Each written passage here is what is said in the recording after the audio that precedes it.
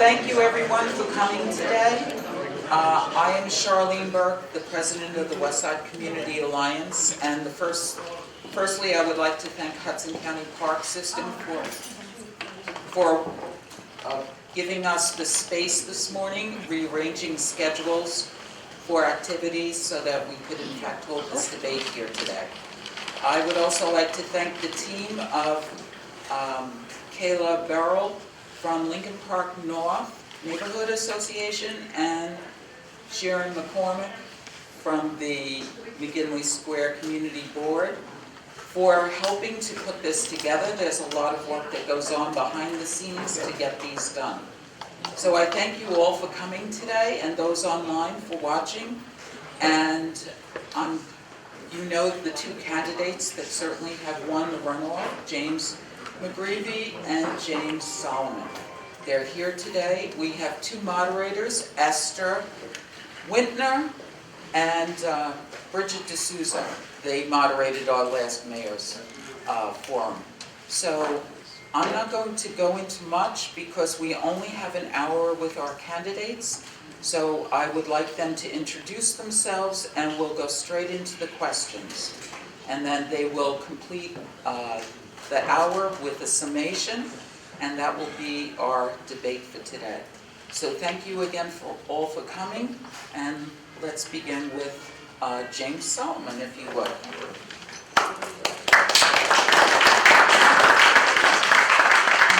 So, good morning, everyone. Thank you, Charlene. Thank you to all the members of WSCA and all of you for being out here at 10 a.m. on a Saturday thinking about how to make Jersey City a better, more affordable place. I am asking for your vote in the runoff on December 2nd to deliver a more affordable Jersey City and to get to have the greatest honor of my life to serve as mayor of the city that I truly love. Jersey City is where I both got and beat cancer. It's where my three daughters were both born and are now being raised, going to public school here in Jersey City. And we want and need a city that works for everyone. And unfortunately, over the last decade, we've seen the city become increasingly unaffordable. We have seen it be harder and harder to live and survive in Jersey City. And I think we need to take a new direction. We need to have genuine change for our city. And my campaign has been proud to be laser focused on affordability from day one, laser focused on delivering a better Jersey City. And I'm proud to be a candidate, as I have for my entire council races, who does not take money from big developers, because we have seen, any developers, but we have seen development too often serve developers, where the developers have taken so much and not given back enough. So we have a plan to build genuinely affordable housing, rents at $1,000 a month and under in some of the new projects. We have a plan to cap rent increases, and we have a plan to go after the corruption that has risen and made your property taxes higher and higher each year. And we can do that because we are independent from the political machine and real estate developers who have been at the root cause of driving our city in the wrong direction. And so I ask for your vote on December 2nd to help deliver that affordable Jersey City. Thank you.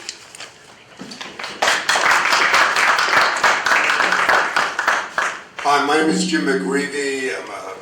My grandparents came to this great city from Ireland, and my parents were raised. My mom was a charge nurse at the old medical center, and my father, after he worked in the railroad, went down to the United States Marine Corps. And we've been part of Jersey City life. I just think this election is not about rhetoric, but it's about a record.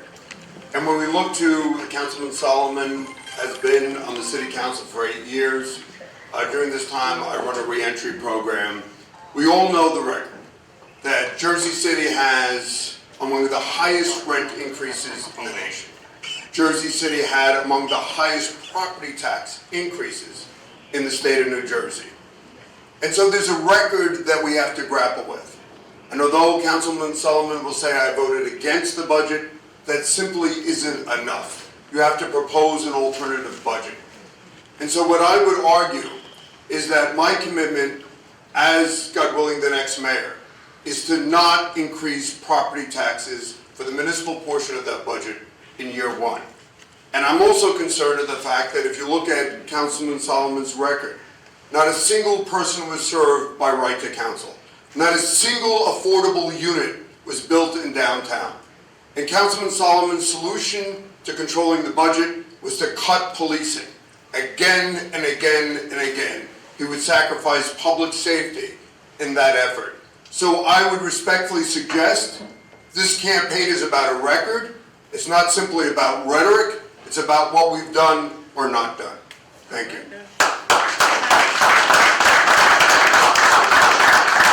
If I may, I rules of debate that when we respond, I mentioned directly we want to be able to respond. And I think it's unfortunate that the governor chose in his introduction to spend more time talking about me than about all of you, right? I spent my introduction talking about how to make your lives better. And that's what my commitment is. Now, unfortunately, in the introduction, he told you things that were blatantly false, that were lies, but I have to respond because that he mentioned me by name in his response. So he said we built no affordable housing. That's false. We built a new homeless shelter downtown, doubled its capacity, included genuinely affordable housing. We have affordable housing moving in projects at 660 Grove, 619 Merritt, 72 Montgomery. It's simply false. But here's the difference. Thank you, I don't Councilman take Solomon. money from developers so that I can actually deliver an affordable Jersey City for you. Councilman Solomon, can I please ask for the floor? So what I'd like to emphasize is that we're going to have a structured order to this forum so that the public here and remotely who are watching can get the most out of both the questions and the answers. So we have structured rebuttal time for 30 seconds, and Esther and I will provide rebuttal time if, you know, we're going to basically control the rebuttal time. We have put work into creating questions that we have worked on and also that the community has provided, and we want to afford maximum utility of everyone's time and you, the candidates, with an organized approach here. Thank you, Bridget. We'll start with a little warm-up here. For James. We Both two James, okay. yeah. For Solomon. Oh, You're Jim and he's James. Solomon, would you support changing the time of the municipal election back to the spring? You have 30 seconds to answer. No. I support keeping the elections in November. I respect the different views on this, that a May election allows for more focus on the municipal elections. However, I think November elections have shown, and we saw in this election, that you get significantly higher turnout. I think it's important that we have as many voters as possible weighing in. You know, we had nearly 65,000 voters in this last mayoral election. That is massively more than we've had in any prior mayoral election. And so you've got a genuine representation of the views of the Jersey City electorate. So I respect the question, but my answer is no. Thank you. My answer is yes. I prefer spring as opposed to winter. Thank you. Thank you.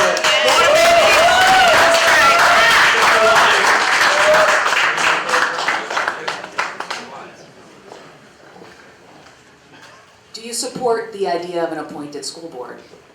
We're going the same order? Okay, sure.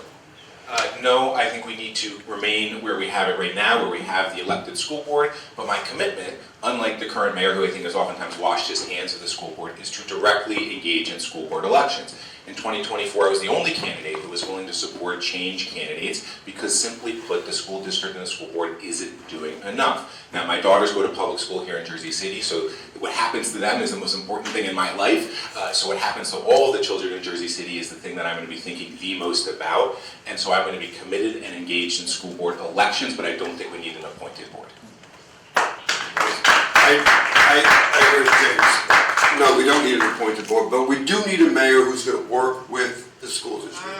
We do need a mayor who's going to understand the importance of bringing more money back from Trenton, more money back from the federal government. Clearly, all the things that need to be done within our school district, whether it's early childhood literacy, whether it's literacy coaches, whether it's support for our teachers, whether it's vocational education, whether it's school construction, cannot be done on the backs of the property taxpayers. I want to be that mayor who supports and works with the school district to rebuild schools from World War I for this next generation. Thank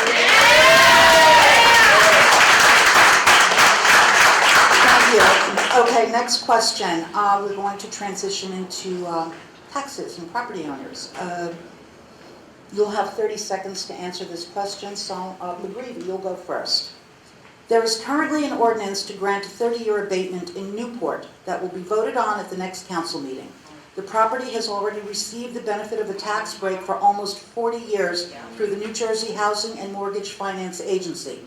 Do you think this area of downtown is in continued need of long-term abatements? Probably not. My position is on abatements. Abatements are only good if they're going to render a community benefit to the larger community. And whether it's schools, whether it's recreation, we have to understand that the purpose of an abatement is to serve the community. And so whether we're investing in new schools, we're investing in new recreational centers, that's how we use an abatement as a means of spurring increased investment for community benefits. That has to be our focus. So first, I've had a clear position for 8 years. No abatements for luxury-only housing. That is what got us into this mess. It has given millions of dollars to well-connected developers who funnel money into campaigns to buy politicians, which is why I do not take a cent of developer money. And that is why I voted against every luxury abatement on the council, including for the Pompano, which was a $150 million giveaway to the Kushner family. Now, on this specific abatement, my answer is no, it is not justified. We do need to keep affordable housing, but this does not do what we need it to do.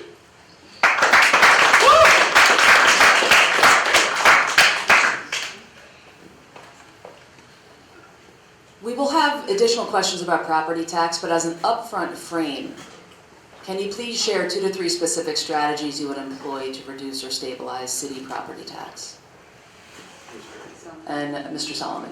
How long? There's still 30 seconds. Apologies, this is a 30-second. Okay, got it. Yes. All right. So first, what I did on the council, we audited some of the big corporations and big contractors who weren't paying what they owe. And we found that 90% of the big contractors who big the high-rises weren't even registered for the payroll tax. So we got tough on them, we cracked down, and we got millions in new revenue that didn't fall on the backs of your property taxpayers. Now, I did that as me and a staff of 2. As mayor, we can do so much more. We're going to start by auditing every big tax break that's been given to a developer and returning millions back to you. Second, we're going to replace the leadership of the budget office and make sure we are making smart, sensible decisions for our budget. Right now, today, Jersey City is facing a $150 million shortfall. If nothing else gets done, the property tax portion allocated to the municipality could go up as high as 30%. So the point is, God bless James and who's ever on the council doing what they're doing, but it's simply not enough. Property taxes in Jersey City were among the highest increases in the state and rents in the nation. It has to change.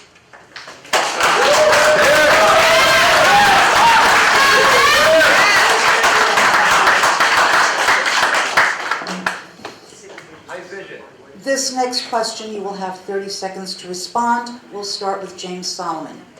Do you have aspirations to seek higher or other public office beyond the mayor's seat? Being mayor is the dream job. That is the job where I get to get up each and every day and serve the community that I love, serve the community that helped me get through my cancer treatment, serve the community where my daughters were born and go to public school, and then at the end of the night I get to go home and put them to bed. There is no better job in the world than being the mayor of Jersey City. Is that a yes or a no? No, I do not have other aspirations. We were asked this at the JSQ forum, and it was very clear. The only position is mayor. Thank you. My next position will be in my grandmother's grave at Holy Cross. I want to be a one-term mayor.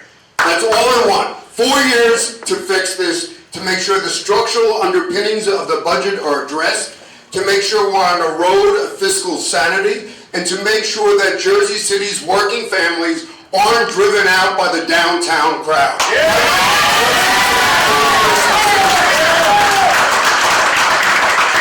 Next up, Holy Cross.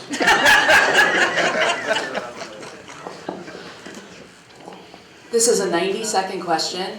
There will be an upfront frame simply to help explain some of the details to the public. So in 2025, the city budget included an $85 million structural imbalance related to abatement revenues that will be expiring or terminated. and a $33 million structural imbalance related to land sales. As mayor, how will you address this structural imbalance as pilot revenues decline to the city and get redistributed to the county and the schools? And how would you maintain fiscal stability without overburdening homeowners or reducing essential city services? Mr. McGreevey, I believe you're up first. Sure. You know, first I'd go back to zero-based budgeting. We can't assume that there's going to be increase after increase after increase in every department from now to the end of time. Zero-based budgeting, every department, every division goes back to zero and justifies every expense. And candidly, we have to look at where there's duplication. We have to be able to have the courage to cut out duplication. Secondly, debt management. We have to understand that the debt has been piling up and we have to amortize our debt over a longer period of time. And we have to understand when these dollars are diminished, what are we going to do? My perspective is, yes, the only place for abatements is either on affordable housing or if it's going to provide a community benefit, whether it's a school, whether it's a recreation center, whether it's a pool. That's the sole area. And the other point is we have to stop these nonsense discretionary projects. I was the first person to come out in an editorial against the Pompidou. I said clearly, of the top 50 things Jersey City needs, a French museum is not one of them. So part of this is, as governor, I closed a $14 million deficit in 2 years. Part of this is mayor of Woodbridge, I did it. Let me just say this, James Solomon is an incredibly likable young guy. And in 4 years, he'll be a great mayor. But this is the time to clean up Jersey City.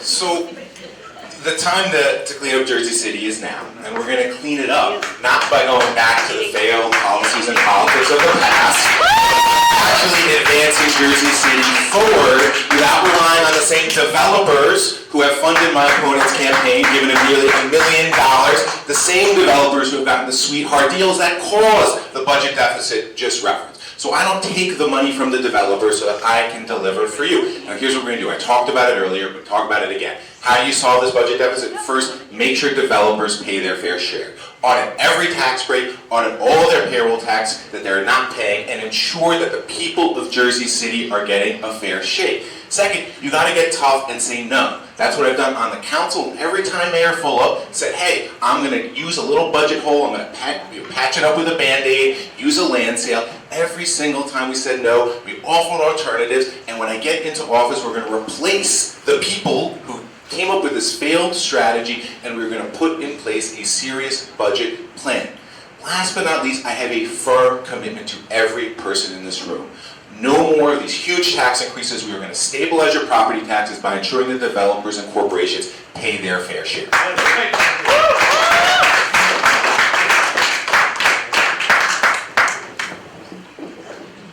You will have 90 seconds to answer this question. We'll start with Ms. McGreevey. Jersey City's recent annual audit report and the follow-on corrective action plan approved this past Wednesday by the City Council revealed a litany of highly concerning issues, including a lack of compliance with New Jersey local budget law, material weaknesses in internal controls, lack of clearly assigned responsibilities and deadlines to ensure timely closing procedures for year-end financial reports. How will you address these failures in oversight and ensure these mistakes are not repeated? You have 90 seconds. 90 seconds. Start a prayer vigil. So what we need to understand is these audits have been disastrous for the past 4 years. With all due respect, when James says I produced alternatives, the only time he's willing to cut is when it comes to cut the police department. And so what I need to understand is, and I think what we all understand is, if we don't have fiscal integrity, the size of the municipal budget is $700 million. If James does everything that he aspires to do, we will still not address the need for increasing property taxes unless you're willing to make these corrective action changes. And so for me, is bringing in RSM, one of the 4 best auditors for forensic audit, literally in the nation. It's bringing in a comprehensive budget SWAT team to make sure that we make those corrective actions, whether it's on cash flow, whether it's on personnel and compliance, and also bring in a fiscal attorney to oversee our adherence to those changes. This is important not only because of our bond rating, not only because of our fiscal health, but indeed long-term it will determine our potential tax liability. So we need to address these red flags now. And this has been going on, my friends, for 4 long years among the most egregious violations to accepted auditing practices.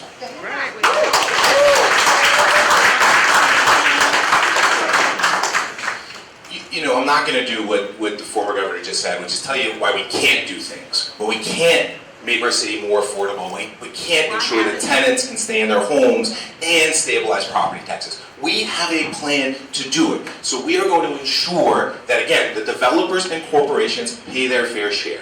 We are going to replace the people in City Hall who led these disastrous budget decisions, starting with the mayor and then the staff that made these mistakes. And then we are going to ensure that each and every day we are fighting for you. So let me tell you about one of the things I know we can do. I was the first candidate and first campaign to propose actually building workforce housing in the city. So the people who serve our city can not just stay in our city, they can own a piece of it. And we're going to take abandoned lots and vacant buildings that are blights in our neighborhood, and we are going to turn them into rent-to-own workforce housing for our professionals, our public servants, our teachers, our police officers, our firefighters, and our nurses. And I was the first campaign to put that out and to ensure that we were going to do it, because I am focused on making your life better. I'm not focused on trying to attack opponents. I'm not trying to focus on rhetoric, on helping the donors to campaigns. I am focused on your life each and every day to ensure we have a Jersey City that is affordable for all.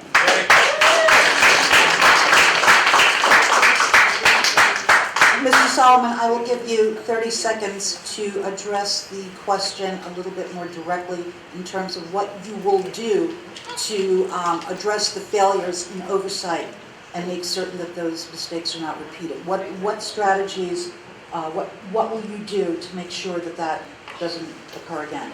Sure. So personnel is policy, right? And I've been very clear for, again, first candidate to say, we have to replace the leadership of our budget offices. We have to have new auditors in place in the city to ensure that we have the deep forensic audits to ensure that we're finding and cutting out waste. So it is very clear, right? It starts with personnel. Personnel is directly responsible for the failures of control. And so we're going to have an entirely new leadership, starting at the top and directly into our finance departments. You have 30 seconds to You're wishing for a new team. It's too little too late. This has been going on for 12 years. The red flags in the audit are 4 years. Audit after audit after audit after audit. So to say at this point in time we need a new team is an absurdity. And then, to make matters worse, James says, I'm going to help make things affordable. $1,000 a month rent is ludicrous. That's not being progressive. That's not telling the truth. Let me respond. Again, I got to respond, Esther. Esther, I need 30 seconds to respond.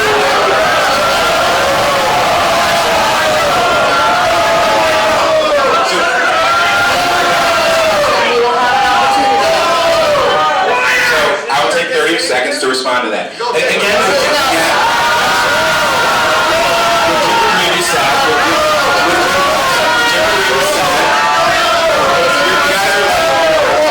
highly disrespectful. That's who he is. Move on to the next question. Please. Exactly who he is, right there. He just Excuse me, if we can, we realize that there's difference of opinions. This is a civil forum. Let's remain civil, and we will not address all discrepancies in this 1 hour. We are doing the best to get through a full list of questions. The 1 hour was set it was given to us, so we are trying to get through the full list of questions, which includes other topics. Let's move to education, please. And Mr. Solomon, you can answer this first. This is a 60-second question. As mayor, you have no direct authority over the local schools, which are a separate local government. That said, a mayor does have a large public pulpit, both in the local community, at the county level, and with state level agencies to advocate on behalf of our community's public schools. Can you please share 3 ways that you would advocate on behalf of the public schools if elected? 3 concrete ways. Yeah, absolutely. So important that we're talking about what we can do. And we can have the best urban public school district in the country. And it starts first with investing in our young people. As a mayor, you don't directly control the schools, but you can invest in the young people of their city. So that's why we put out a plan to create 1,000 summer jobs. We have less opportunities for young people today than we did 30 years ago, which is a travesty for our city. So we're going to invest in our young people, create those 1,000 summer jobs, create the first free municipal rec center that will be open for all children in the city.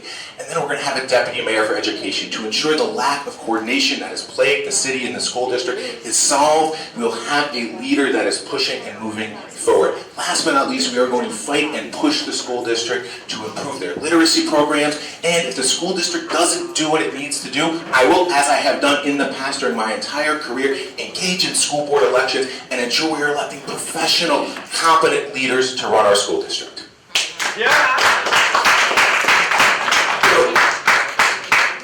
Senator Vin Gopal is the chairman of the Higher Education Committee. And I went down, literally I was the only person from Jersey City testifying on how Jersey City needs more money. And the reality is that the state of New Jersey cut, and Commissioner O'Dea said this, by approximately $250 million. Problem is the state funding formula is tied to assets, and that is the development downtown. But the reality is for our children, many of them need individualized education plans. Many of them are suffering from disabilities. And so we have to make a different legal argument to the state of New Jersey to bring those dollars. Second, and I think this is imperative, I want to be the mayor that works with the school district cooperatively to not only increase literacy scores, but bring in the private sector. Work with them. I think James's idea, and I strongly support it for having summer youth jobs, is a good one. But we need to work, I'm done. But we need to work cooperatively with the private sector, with the state of New Jersey, with the federal government. Thank you, Esther.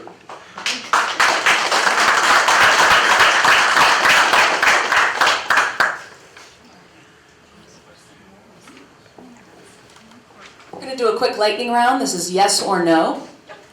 Do you support bringing red light cameras to Jersey City, Mr. Solomon? Yes, and we're going to get the state legislation to get it done. Yes. It is being proposed to change Bergen Avenue and MLK from 2-way to 1-way streets. Do you support going forward with this proposal, Mr. McGreevey? It should be up to the residents. So my whole point in this perspective is it should have residential input and the residents should not. Thank you. Yes or no? And the residents say no. No. No. Thank you. Thank you.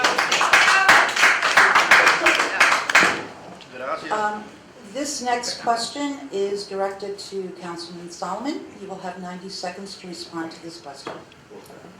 You have noted in your policy paper that you would use affordable housing trust funds to create more units using development impact fees.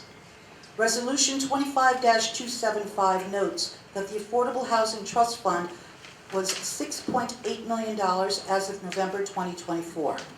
How many units do you anticipate being able to build each year based on this starting baseline?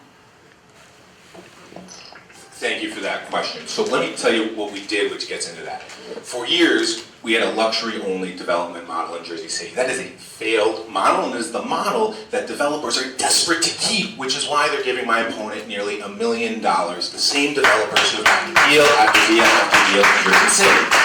Now, We put in place a fee that any time a development comes now, they must pay into the Affordable Housing Trust Fund. We had to beat the developer lobby that is funding my opponent's campaign to get that in place. And we are going to use that money to build genuinely affordable units. Now, we anticipate when that fee is fully implemented after you deal with some planning board stuff, that we'll be getting nearly $20 million a year through that fee. We have the whole projections and everything. That will allow us to fund a right to counsel to keep tenants in their homes, giving them access to free attorney. It will allow us to fund the construction of hundreds of affordable housing units just using that money, let alone all the other ways we're going to build affordable housing money. And it is going to allow us to create the genuinely affordable unit that the former governor lies and tells you we can't have. Because I am here to run to make your life better, not tell you how it's not possible. And so what I'm going to do is what we do, it's called a buy down, and we're going to create genuinely affordable units with 30% of AMI. They can rent starting at $700 for a studio and $800 to $900 for 1 and 2 bedrooms. We are moving forward with those projects now. These says they're not possible. They're coming at Bayfront. They're coming at 72 Montgomery. Those units are coming because we fought the real estate lobby to deliver them. And as mayor, we're going to bring hundreds more and thousands of genuinely affordable units in Jersey City. I asked the audience not to clap because apparently the people on Zoom cannot hear when we clap, and as much as I love the rowdiness, we'll have to behave, okay? Councilman Solomon, I'd like to go back to that question. Have you done an analysis or a study as to how many units you anticipate to build each year based on that starting level of 6.8 million? You said the starting level, but we are going to get more money because we passed a development impact fee, which means when fully implemented, it will be delivering between $15 to $20 million annually.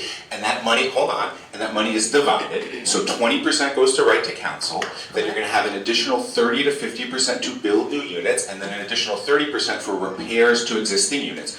Of the 30 to 50% that will go in there, so you're talking about between $8 to $10 million, that will be able to produce hundreds of units of new affordable housing. So Resolution 25-275 on page 11 shows that the projected revenue is $53 million over the course of 11 years. That comes out to $5.7 million per year, okay? Less the 20%, which leaves us, less 20% for the RTC, which leaves us with about $4.5 million. Which will produce... $4.5 million. So, at $4.5 million per year... Esther, I will send you the literal spreadsheet that Isaac is here. Isaac, can you raise your hand? Share the numbers. Isaac will send you the spreadsheet, which has the projections that we went literally plot by plot in the city to create. We will send it to you. Can I respond? To the question. Yeah. This is more magical thinking. This is more magical thinking. This is telling you that we're going to have free bus rides. This is we're going to tell you you're going to have $750 rents, $1,000 rents. It's not happening, Jersey City. I want to be honest with you. We can get affordable. We can get affordable. But we have to do the determination. In fact, James's perspective on some of these issues is right. We have to reclaim distressed properties. When we see market rate housing, we have to provide for affordable housing. We have to make sure that we have housing for our firemen, for our police officers, for our teachers. Thank you. But we have to be honest with our numbers.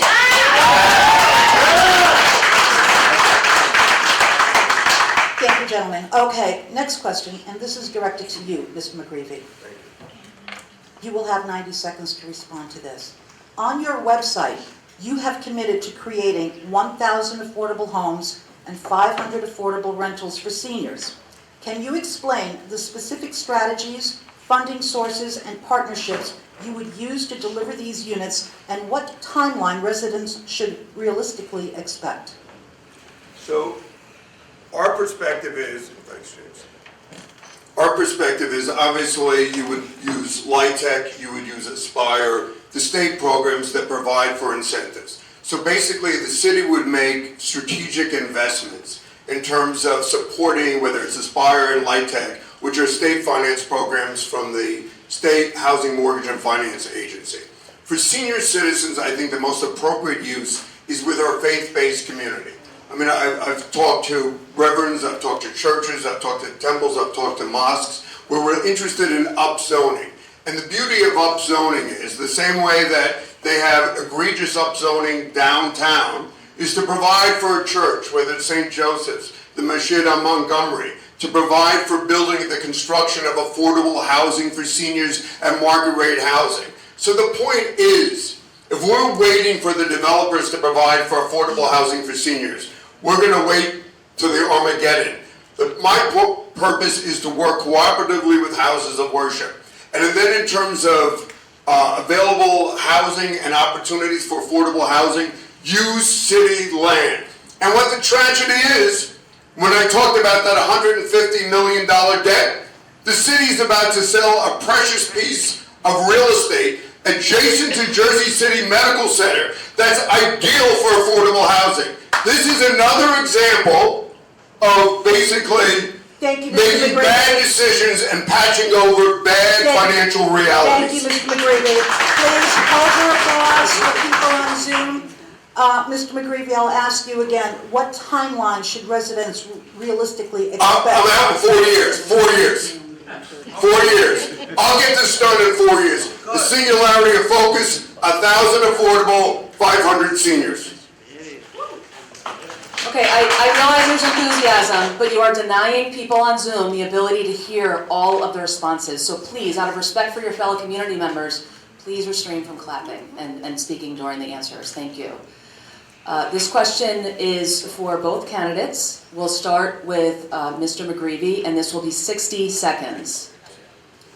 Multiple reports this year and in years past have criticized Jersey City's Landlord-tenant office for backlogs, inconsistent rent control enforcement, and slow response times to tenant complaints. As mayor, what are 3 specific actions you would enact in your first 100 days to enforce rent control protections and prevent illegal rent hikes? 60 seconds. Mr. This is my 1, 2, and 3. A tenant advocacy unit in the mayor's office, based on what Mayor Stack does in Union City. With no disrespect, James, I think was well-intended, right to counsel, outside attorney. I want them reporting to the mayor. I want to know where there are egregious violations. I want to know where there are uncontrollable or illegal rent increases. I want to know when landlords are spuriously charging renters for reforms or updates, and then going back and trying to use that as a precursor to increase the rent. We're going to have a tenant rights advocacy unit in the mayor's office, reporting to the mayor with a line. If somebody has a problem, they're calling the mayor's office. That's going to be allocated, and we're going to get a report back within a week, and we're going to have a plan of action. And I'm also saying this. I've seen people, a gentleman that I visited with my dear friend Hennessy, a landlord literally moved his ramp. We're going to make sure individuals who violate the law are prosecuted. Thank you, Mr. McGreevey. Mr. Zoller? We are going to take on and defeat the slumlords who have been pushing out the residents of Jersey City. I remember talking to a young woman on Central Avenue. Her rent was illegally raised from $1,500 to $2,500 in just 2 years. This next question is directed to Mr. McGreevey. You will have 90 seconds to respond. Thanks, Ed. You're welcome. Your history has left many voters questioning your judgment and trustworthiness. What makes you deserving of a second chance, and what concrete safeguards or changes have you put in place to ensure you don't repeat the mistakes of your past? Sure, 90 seconds. Can I go for a minute 20? No. So let me just say, you know, the decision that I made as a human being gay and grappling with my sexuality, I'm pretty sure I know who I am now. I'm gay. So obviously that was a process of turmoil, pain, that I apologize to my family, to my state, and to others. But, you know, this is something that's frustrating. You know, I've seen what people have said about JSEP.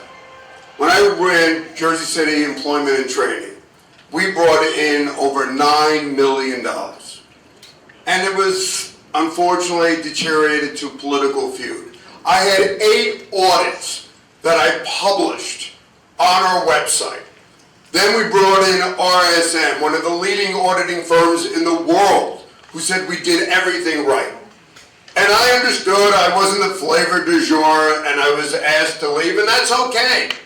But you can't say that Jim McGreevey, I live on 25 Garrison with 2 cats in a rented place, Jim McGreevey never took a dime from anyone. And that I know. And that's what the audit showed, and that's what we posted. So I just want to be clear, yes, have I made mistakes in life? You have to say it, of course. We all do. I have. But what I do is work, and I really believe what's important, as James said, is to have an ethical watchdog in City Hall to make sure that people are making the right decisions. Thanks, Esther.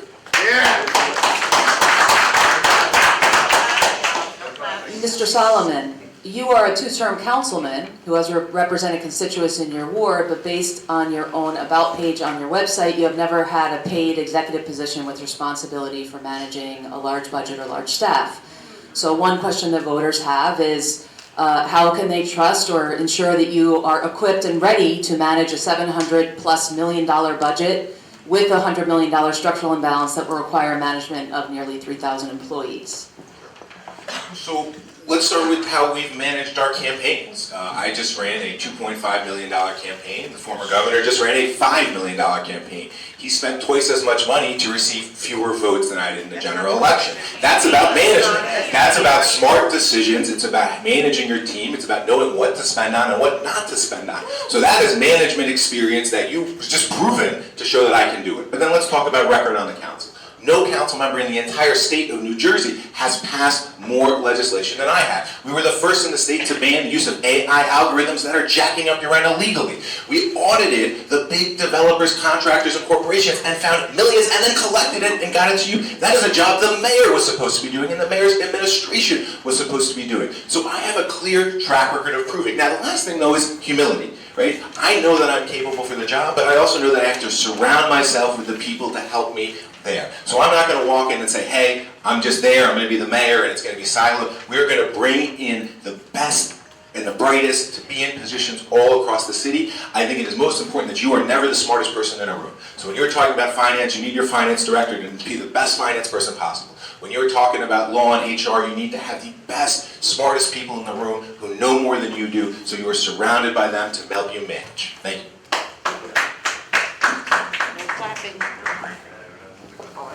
You will each have 60 seconds to respond to the next question. As mayor, would you commit to a full independent audit of the police department in your first 6 months of being elected, both operationally and financially, to determine if resources are being used effectively? And if that audit showed inefficiencies, would you be willing to make leadership or structural changes within the department, even if that meant taking on the police union and political allies? Mr. McGreevey, you can go first. The answer is yes. But police, we can't make the mistake of turning the police department into a punching bag. That's an egregious mistake. And so we have to make sure that community safety works, whether you're on Bergen or in Lafayette or in the Heights or downtown. And what I'm frustrated is, yes, we clearly need to remove Director Shea, but my frustration is why do we see police officers downtown and we don't see them in all the sections of the community? And return community policing. My grandfather was a Jersey City PD. Return community policing so they walk the beat so people know them in the community. And let me just respond to what James said in the last response. Is you can't learn this on the job. Being mayor, whether it's amortizing debt, whether it's understanding budget points, whether it's reviewing the individual violations in an audit. Thank you. Mr. Solomon? With respect here, we all have Google, and your track record as an executive ended in disgrace, resignation, the biggest tax increases in New Jersey state history, a budget maneuver that was then made illegal by the state Supreme Court. That is not the experience that we need in office. Now, what we're going to do on our police department,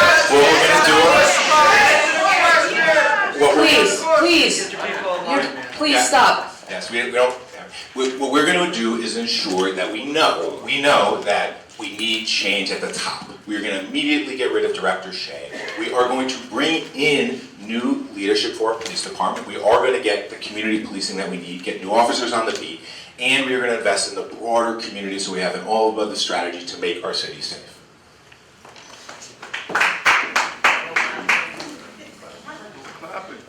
This next question, you will have 60 seconds to answer. Mr. Solomon, you can answer first.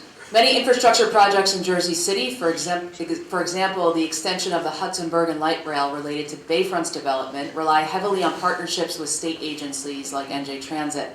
How would you, if elected mayor, ensure coordination with state agencies to deliver major infrastructure projects like the Bayfront Light Rail Station on schedule and within budget? Yeah, it's a phenomenal question. So we had phenomenal news on that front yesterday. I was proud to join with advocates that for 2 to 3 years pushed Port Authority to make better investments. Everyone said that was not doable. It's like a Port Authority is not going to make better investments. And we said, no, we are going to build a genuine coalition to push. We're going to do both the inside and the outside, do the public campaign, and then have the internal conversations. And just yesterday, Port Authority announced they're doing what we've been asking them to do. They're going to eliminate the Hoboken stop. They're going to create 10-minute headways on the weekends and deliver massively better service for the people of Jersey City. We're going to do the same with NJ Transit. What we are going to do is say to the future governor, Governor-elect Cheryl, which is wonderful, we're going to say our number one priority is investments in transit. Not the Pompidou, not things that are not essential to Jersey City like the prior mayor got distracted with. And we're going to say transit is the number one investment, and we are going to partner with you to extend the light rail over to Bayfront, build a new station at 18th and Jersey, and make our buses run on time. Thank you. You know, what James said, I mean, I've also had the ability to meet with the chairman of the Port Authority, with the chief of staff, and obviously those changes in the Port Authority are so welcome and so needed. My concern is some of the rate increases that are commensurate with that and how it impacts working families. But yes, work with New Jersey Transit, also understanding the importance of expanding light rail is critically of concern. The other infrastructure concern that I have is our sewers. Our sewers. 50% of Jersey City's sewers are over 100 years old. And we will increasingly have breakages and flooding. And so it's working with the Economic Development Authority. It's working with the Infrastructure Bank. The cost of repairing those 50% of sewers is $6.2 billion with a B. In certain parts of the city, downtown, we've increased demand by 40%. We haven't increased sewer capacity by 40%. So, God willing, it's past relationships in Trenton to bring those dollars to Jersey City. Thank you, Mr. McGreevey. No clapping. I was teasing. Thank you. I don't want to get in trouble.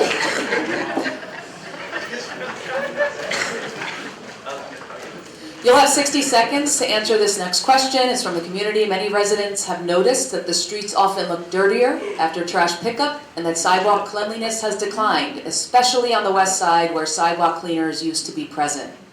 What is your specific concrete plan to improve day-to-day street cleanliness, hold waste contractors accountable, and restore or enhance sidewalk cleaning services? And please be specific. Who's going first? Mr. McGreevey, please. You know,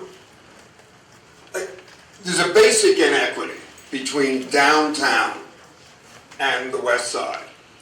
And whether I'm driving on the west side, I see it all of the time.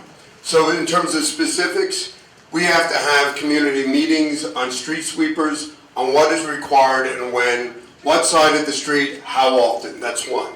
Second, we also need to figure out in terms of receptacles, how many receptacles placed where. Third, I think we also need community policing because we have individuals that are dumping illegally on our streets and even into receptacles.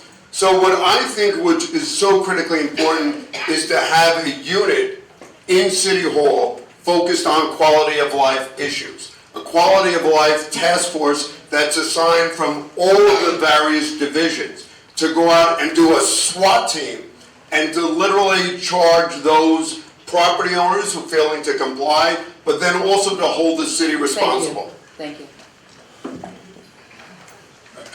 Step one, fire the trash contractor that does a abysmal job that makes our streets dirtier after they come. Now, unfortunately, that trash contractor has donated to Governor McGreevey's campaign thousands of dollars. They've given me zero because I intend to fire them for doing a bad job. Now, second, we are going to create trash receptacles, one on every corner, and then force the new trash contractor to pick them up at least twice a day. Third, more litter patrol, because we need more litter patrol to make our city's streets cleaner. And last, require folks to put trash out in containers, starting with the big buildings and the big landlords.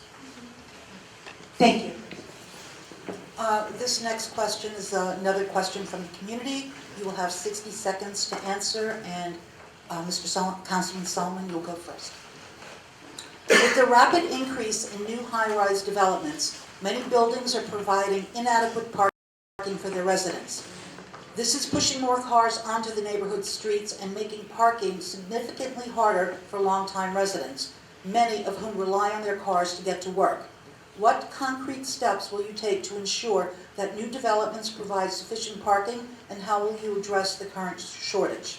Sure. So we have done, and what we will do is go case by case across the city. First, because I don't take money from developers, none of them can demand we do whatever they want us to do. We are going to make sure we do what is right for the community. Now, development next to a pass station is different than a development on 440. On 440, you can't say no parking in the building because there's not accessible transit. Next to a pass station, that's a different story. So we're going to take each project by project, and make sure we are getting what the community needs. Now, a couple things. One, we are going to continue to put in place the rule that requires all parking spaces to be taken inside a development before you're eligible for a residential parking permit. We are also going to improve our mass transit options so that anyone who doesn't need a car can have access to transit, but those who do need a car can have access to parking and infrastructure on our streets. Thank you.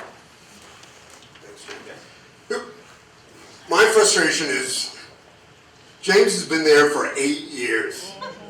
This parking debacle has been worsening and worsening. It's not as if it just happened in the last 6 months. It's not just happened in the last year.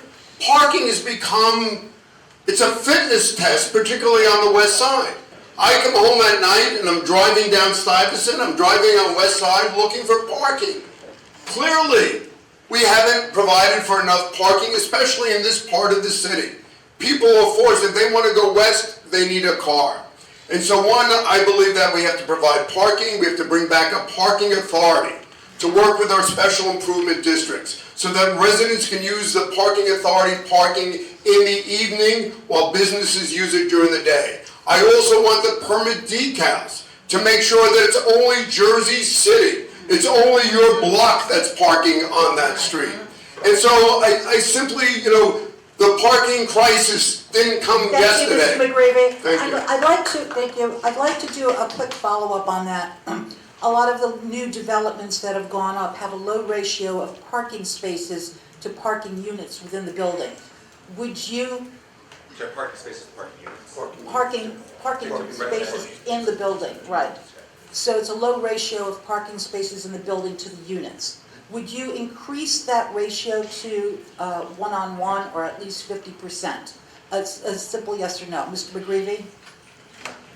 Nothing's that simple. It depends on where the building is. To James's point, if it's next to a path station, no. I mean, that's common sense. It's a transit building. But if it's on West Side, on SIP, yes, I would increase the parking liability. Also, I'll be driving around for 2 hours. We get the gist. Thank you. James? Thank you. Okay. All right, agreement here, consensus. Thank you.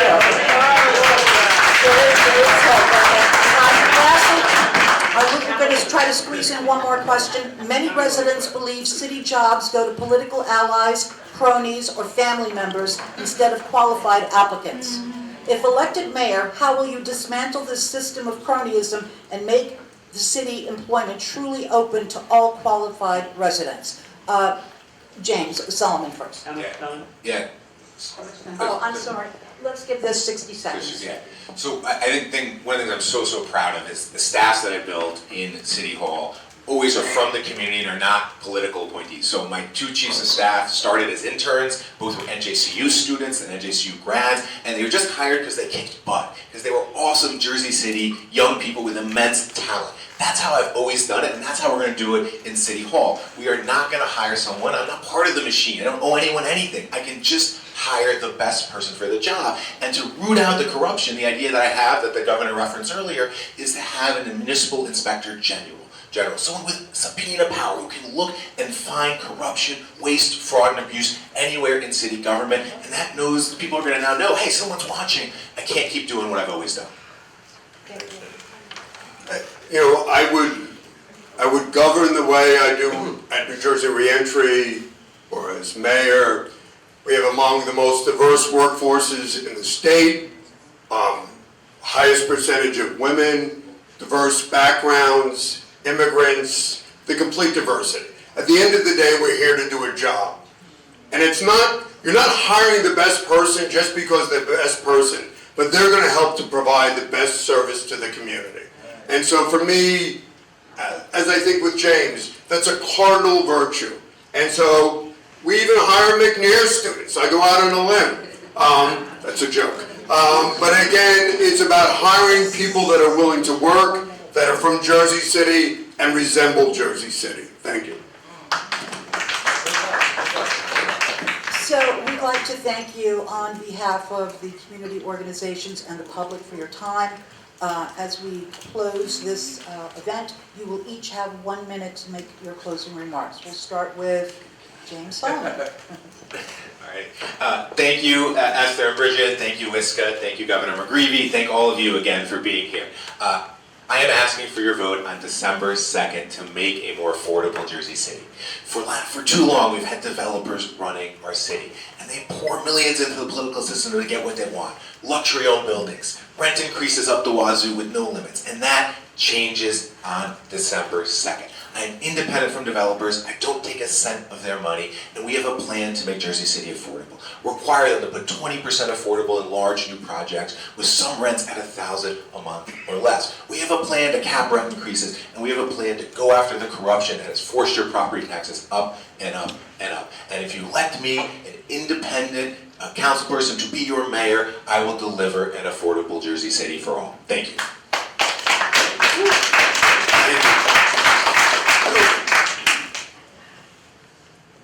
I like James Solomon. I know I'm going to get beat up for that from the campaign manager. I like James Solomon, and I even like his wife more. He's a decent human being. But this election is about cleaning up a mess. This election is about fiscal irregularities, bad audits, parking that is insufficient, infrastructure that's lacking, streets that are filthy, a school system that isn't supported. And James has been here for 8 years. James has been here. So I'm not saying that I have all the answers, but I'm not going to give you magical talk. We're going to do the basics and do them well. And that's what I did for 10 years as mayor, and that's my commitment to you. 4 years, hard work, back to reentry. And my reentry organization has been recognized as a national model because we work hard and, God willing, smart. I ask for your consideration on December 2nd. Thank you.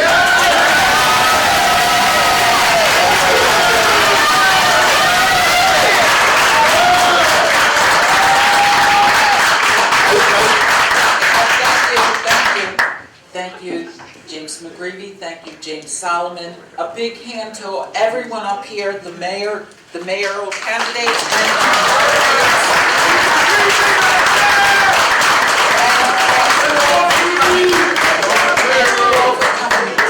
and vote on December 2nd. Make sure you vote. Thank you.